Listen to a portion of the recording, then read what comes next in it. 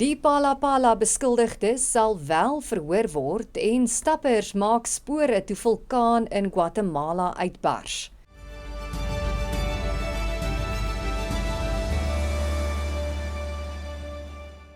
Goeiemiddag, dis tyd vir die Pretoria FM visuele nuusbulletin in Afrikaans.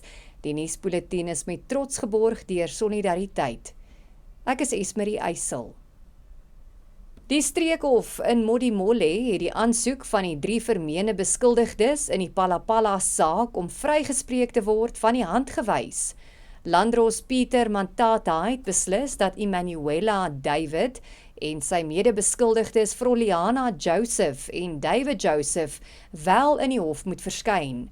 Die aanklagte teen die 3 hou verband met die diefstal van sowat 9 miljoen rand op president Cyril Ramaphosa se Palapala wildsplaas in 2020. Hulle staan tereg op aanklagte van sameswering om huisbraak te pleeg, huisbraak met die doel om te steel, diefstal en geldwasery. Die hof bevind dat daar genoegsame gronde vir 'n verhoor is wat op 25 Mei hervat sal word. Die Departement van Binnelandse Sake het nog 7 amptenare ontslaan. Dit bring die totaal sedert Julie 2024 op 63 te staan. 16 amptenare is ook ontslaan wat met interne dissiplinêre prosesse en bevindinge deur die spesiale ondersoekeenheid verband hou. Die minister van Binnelandse Sake, Dr. Leon Schreiber, beklemtoon dat die stap deel van 'n breër poging vorm om korrupsie uit te roei en die integriteit van die departement te herstel. Sedert die stigting van die regering van nasionale eenheid, het die departement 95 sake van wangedrag aanhange gemaak, waarvan die meeste reeds afgehandel is. Die minister van Justisie en Staatkundige Ontwikkeling, Mamoloko Kubai, het onthul dat minder as 17% van die hofsaake oor onwettige vuurwapenbesit die afgelope 2 jaar tot skuldigbevindings gelei het. 10.300 nuwe sake wat met die onwettige besit van vuurwapens en ammunisie verband hou, is in die tydperk aanhange gemaak, waarvan slegs 1.671 op vervolging uitgeloop het.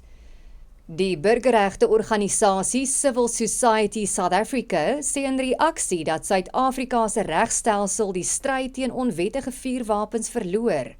Die organisasie se nasionale woordvoerder, Rees Clark, sê dat die hoë getal sake wat teruggetrek is, 'n gevaarlike boodskap aan misdadigers uitstuur.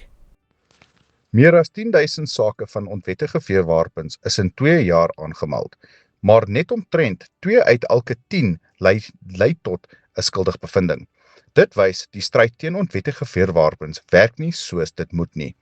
Intussen wag wetsgehoorsame mense maande, selfs jare, om 'n vuurwapen wettig te kry, en hul reg op selfverdediging is onderdruk. Civil Society South Africa sê die oplossing is nie om wettige eienaars te beperk nie. Die fokus moet wees om misdadigers vas te vat en hulle werk aanspreeklik te hou. Die staat wil die wyle president Robert Mugabe van Zimbabwe se seun Bellarmine Mugabe minstens 'n jaar tronk toe stuur en sy medebeskuldigde Tobias Mantonhotsi 12 jaar. Beide het vandag weer in die Landdroshof in Alexandra verskyn. Dit volg na 'n skietvoorval in Februarie by die Mugabe woning in Hyde Park, waarby 'n tuinwerker geskiet is. 'n Familielid van die beskuldigdes het reeds R250.000 se kontant aan die slagoffer betaal en 'n verdere R150.000 aangebied. Die slagoffer het dit aanvaar, maar dit bly die staat se besluit om die aanklagte terug te trek. Mugabe en Mantonhotsi sal na verwagting volgende week gevonnis word. En 'n groep stappers in Guatemala moes inderhaas spore maak toe die land se Santiaguito vulkaan uitgebars het. Op beeldmateriaal kan gesien word hoe die stappers so vinnig as moontlik van die vuurspiewende berg probeer afkom om veiligheid te bereik. Volgens ooggetuies is geen ernstige beserings aangemeld nie.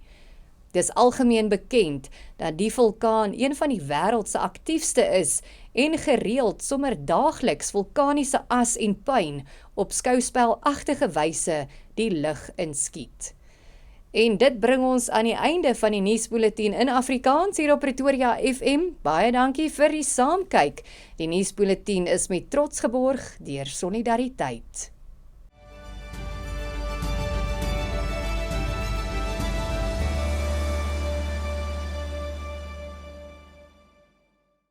Dis bang, dit's tyd. Jy kan dit doen. Jy kan dit doen. Jy kan dit nie kan ek so 'n bietjie bang, maar jy gaan nie dit. Wag nou. Ek het dit. En nou? Great, you like it. Wat maak jy? Ek moet hier wees. Ek moet dit doen. Waarvan praat jy? Hulle sê solidariteit is op almal se lippe. Jy hoef nie 'n tattoo te kry nie. Kom, is maklik, ek wys jou. Hoorie, Janko. Moenie dit oordink nie. Sluit aan by Solidariteit. Vinnig, gerieflik en pynloos.